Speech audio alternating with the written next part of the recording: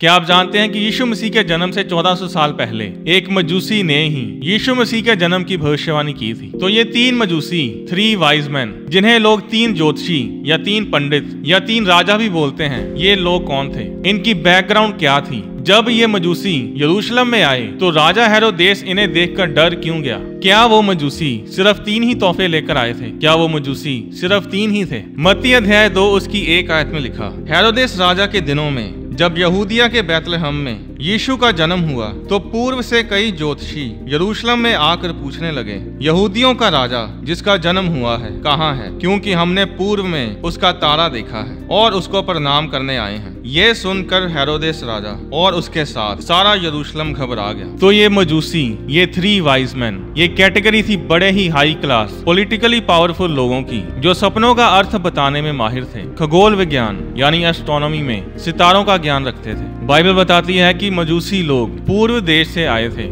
यानी कि वो पर्शिया से आए थे, जो आज ईरान देश है। अब ये मजूसी लोग, ये राजा तो नहीं थे, पर इन्हें किंग मेकर बोला जाता था। इनकी पावर राजा से भी बड़ी होती थी। अगर ये मजूसी लोग इकट्ठे होकर कोई फैसला कर लेते थे तो ये राजा को भी गद्दी से उतार सकते थे और उसकी जगह पर किसी को भी राजा नियुक्त कर सकते थे। अब इन मजूसियों के समर्थन के बिना कोई राजा नहीं बनता था। आप ऐसा समझ सकते हैं कि अगर ये मजूसी लोग आज होते तो ये किसी भी देश में जाकर किसी भी प्रधानमंत्री को, किसी भी प्रेसिडेंट को उसकी गद्दी से उतार सकते थे। आपने तस्वीरें देखी होंगी कि किस तरह एम्परर नीरो क्रिश्चियन लोगों पर अत्याचार करता था। वो क्रिश्चियन लोगों को शेरों के सामने फेंक देता था और तो और वो अपनी पार्टीज में रोशनी करने के लिए क्रिश्चियन लोगों को जिंदा जलाकर उन्हें टॉर्च की तरह इस्तेमाल करता था। नीरो एक हिसाब से उस समय पूरी दुनिया पर राज्य करता था, क्योंकि रोमन साम्राज्य बहुत ही बड़ा था। ये सब मैं आपको इसलिए बता रहा हूँ क्योंकि नीरो और मजूसियों के बीच में एक किस्सा हिस्ट्री में लिखा गया है। एक बार अर्मीनिया देश का राजा ट्रीडाट्स इस एम्परर नीरो से मिलने के लिए आता है और उस राजा के साथ कुछ मजूसी लोग भी आए। अब जब नीरो को पता चलता है कि उस राजा के साथ मजूसी लोग भी आए हैं तो नीरो इतना घबरा जाता है कि वो राजा को छोड़कर उन मजूसी लोगों की सेवा टहल करने लग जाता है। अब नीरो उन मजूसियों के साथ बनाकर रखना चाहता था और इसीलिए उसने उन मजूसियों की खूब सेवा की। दुनिया का सबसे बड़ा और खतरनाक एम्परर नीरो भी उन मजूसियों से डरता था कि कहीं मजूसी लोग किसी बात पर उससे नाराज ना हो जाएं, क्योंकि अगर ऐसा हुआ तो नीरो अपनी गद्दी गवा सकता है। जितने दिन मजूसी वहां रहे, नीरो ने एक दिन में रोमन करेंसी के 8 लाख हर रोज खर्च किए और तो और नीरो ने उन मजूसियों को 1 लाख रोमन करेंसी देकर रवाना किया। तो मजूसी कोई आम से लोग नहीं थे, वो पॉलिटिकली बहुत ही पावरफुल लोग थे और इसीलिए जब वो यरूशलेम में आए तो राजा हेरोदेस उन्हें देखकर डर गया। उसे डर था कि कहीं मजूसी उसे उसकी गद्दी से उतार ना दे और इसीलिए सिर्फ राजा हेरोदेस ही नहीं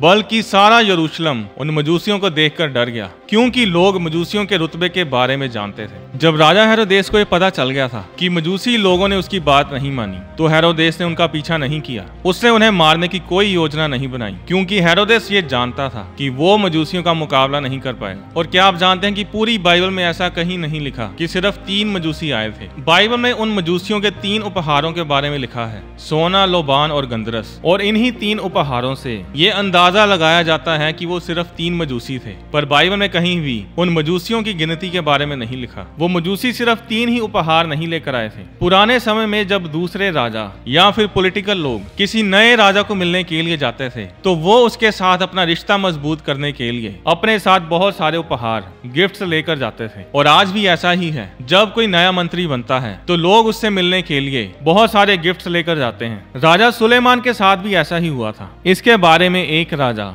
अध्याय 10 उसकी 1 और 2 आयत में लिखा है, जब शीबा की रानी ने यहोवा के नाम के विषय सुलेमान की कीर्ति सुनी तब वह कठिन कठिन प्रश्नों से उसकी परीक्षा करने को चल पड़ी। वह तो बहुत भारी दल के साथ मसालों और बहुत सोने और मणि से लदे हुए ऊंट साथ लिए हुए यरूशलेम को आई। 10 आयत में लिखा, तब उसने राजा को 120 की कार सोना, बहुत सा सुगंध द्रव्य और मणि दिया। जितना सुगंध द्रव्य शीबा की रानी ने राजा सुलेमान को दिया उतना फिर कभी नहीं आया। तो मजूसी लोग किंग मेकर थे, ये राजाओं को नियुक्त करते थे और इसीलिए ये यीशु मसीह के पास आए थे, क्योंकि मजूसी लोग पुरानी भविष्यवाणी को जानते थे कि एक राजा जन्म लेगा और इसीलिए ये किंग मेकर ये वाइज मैन यीशु मसीह को मिलने के लिए आए थे। पुराने समय में जब मजूसी लोग किसी राजा को मिलने के लिए जाते थे तो ये उस राजा के रुतबे के हिसाब से उसे तोहफे देते थे। यानी कि अगर कोई बड़ा पावरफुल राजा है तो ये उसके लिए बड़े बड़े तोहफे लेकर जाते थे, और अगर कोई छोटा राजा होता था तो ये उसके लिए मामूली से तोहफे लेकर जाते थे। स्टडी ये बताती है कि मजूसी लोग एक नॉर्मल से राजा के लिए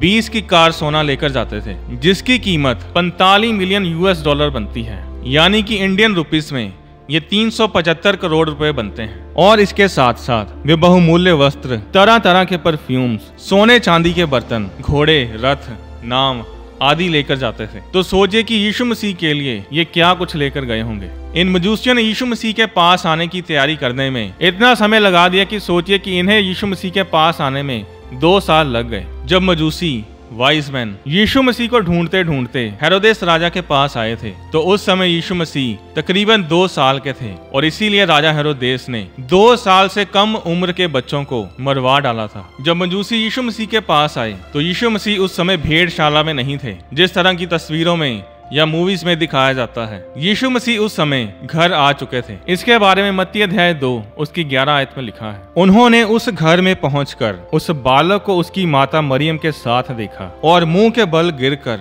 बालकों पर नाम किया और अपना अपना थैला खोलकर उसको सोना और लाबान और गंदरस की भेंट चढ़ाई। ये आयत बताती है कि मजूसी उनके घर में गए थे, भेड़शाला या तबेले में नहीं। बालक की जगह पर इंग्लिश की बाइबल में यंग चाइल्ड लिखा है, यानी कि यीशु मसीह उस समय नवजात शिशु नहीं थे। उनके जन्म को तकरीबन 2 साल हो चुके थे। अब इन मजूसियों को, इन वाइज मैन को यीशु मसीह के जन्म की भविष्यवाणी के बारे में कैसे पता चला? तकरीबन सब लोग जानते हैं कि किस तरह परमेश्वर ने दानियल को राजा नबूकदनेस्सर के भवन में ऊंचे रुतबे पर पहुंचाया था। सिर्फ दानियल ही वो इंसान था जिसने उस राजा के सपने को और उस सपने के अर्थ को बताया था। दानियल अध्याय 2 उसकी 48 आयत में लिखा, तब राजा ने दानियल का पद बड़ा किया और उसको बहुत से बड़े बड़े दान दिए और ये आज्ञा दी कि वह बेबीलोन के सारे प्रांत पर हाकिम और बेबीलोन के सब पंडितों पर, यानी कि बेबीलोन के सब वाइज मैन पर मुख्य प्रधान बने। इस आयत में पंडितों शब्द का इब्रानी भाषा में मतलब है मैजाए,